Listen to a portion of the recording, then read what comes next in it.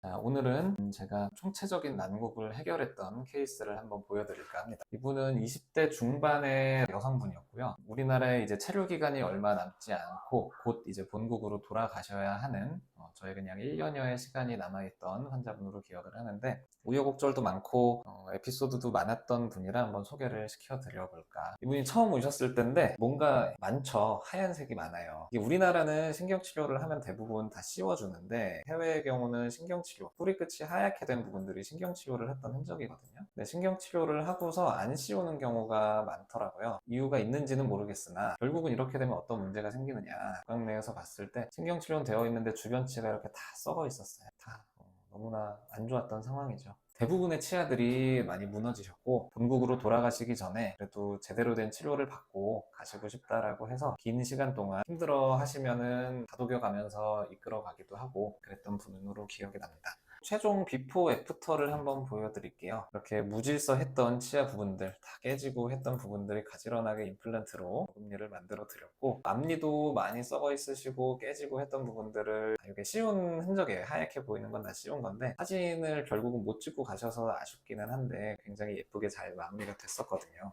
임플란트와 심미보철과 신경치료와 이런 모든 것들이 다 복합적으로 이루어졌던 분입니다. 그런데 이분이 특히 기억에 나는 거는 이런 사랑니들을 발치를 하고 살려봐야 큰 의미가 없는 이렇게 신경치료만 되고 틈도 많이 생기고 구조적으로 결함이 많이 있던 치아들을 발치를 하고 임플란트를 심었는데 왼쪽은 임플란트를 치아 개수마다 하나씩 심었는데 여기는 2개만 심겨 있는 게 보이실 거예요. 비용적인 부분도 고려를 해서 임플란트를 작은 어금니 하나, 큰 어금니 2개 만들 때 보통 2개만 심어도 충분합니다. 그래서 2개씩 심었는데 환자분이 나는 치아 개수마다 하나씩 더 심고 싶다. 반대편 수술할 때는 하나씩 더 심어 달라고 해서 이렇게 개수를 맞췄고요. 특히 이 왼쪽이 상당히 좀 힘들었는데 이거는 저희 동종업계 치과의사분들이나 위생사분들은 보시면은 아실 수도 있는데 이분은 발치도 굉장히 힘들었어요. 신경치료도 있고 이렇게 뿌리만 남아있다시피 한 루트레스트라고 하죠. 뿌리만 남아있는 치아들이 발치가 굉장히 힘든데 이분은 상악동도 굉장히 많이 내려와 있던 분이에요.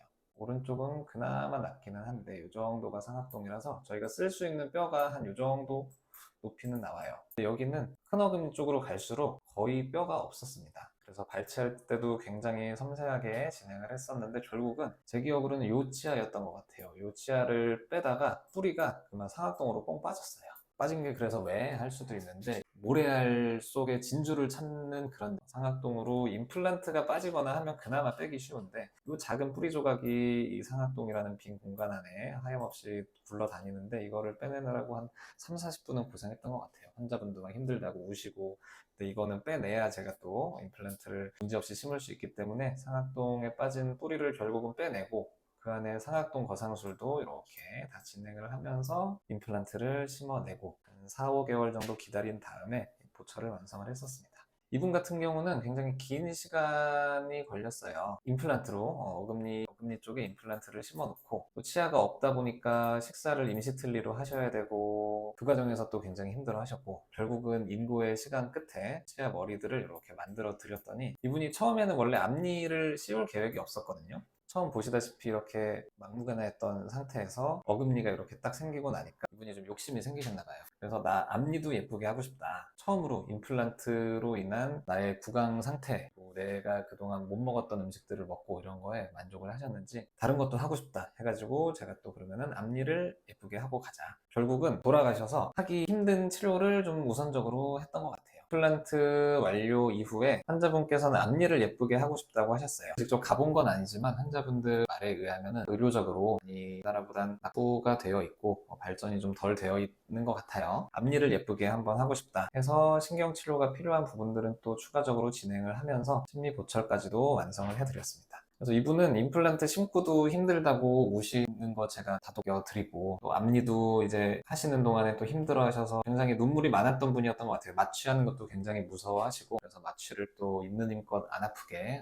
하기 위해서 제가 신경을 쓰고 마취하면은 우셔서 또 제가 눈물 닦아 드리고 그러다가 결국은 출국 한 2주 전인가 다 완성을 해드렸던 것 같아요. 마지막에는 제가 저희 통역사 선생님 통해서 그동안 너무 고생 많으셨고 환자분에게 제가 이런 치료를 해드릴 수 있음에 참 감사했습니다. 잘 믿고 따라와 주셔서 감사합니다라고 말씀을 드렸더니 또 우시더라고요. 본인도 힘들었지만 그래도 만족스러운 결과가 나와서 감동의 눈물을 흘려주셔서 저도 그 순간 되게 찡했던 기억이 있어요. 벌써 2년 반 정도 시간이 흘렀는데도 여전히 제가 힘들고 초심을 잃을 것 같은 느낌이 들 때 이 엑스레이를 가끔 꺼내봅니다. 이런 마음으로 성심성의껏 했었는데 저는 일기장 속에 한켠에 책갈피가 꽂혀있는 그런 경우라고 비유를 좀 드리고 싶네요. 아마 가셨어도 잘 쓰고 계실 것 같고 한번 다시 오시게 되면은 뵙고 싶기는 하네요. 외국인 환자분들의 경우는 본국으로 돌아가시게 되면은 제가 잘 뵐 수는 없기 때문에 그래서 더 좀 신경 써서 진료를 하는 것 같아요. 보면 이분의 마지막 치과 치료의 흔적이라고 할까요? 어디 가서 뭐 엑스레이를 찍어보고 어디 가서 구강 검진을 하더라도 요거는 치료 잘 됐네요 하는 말을 들을 수 있도록 그렇게 진료를 하고 있습니다.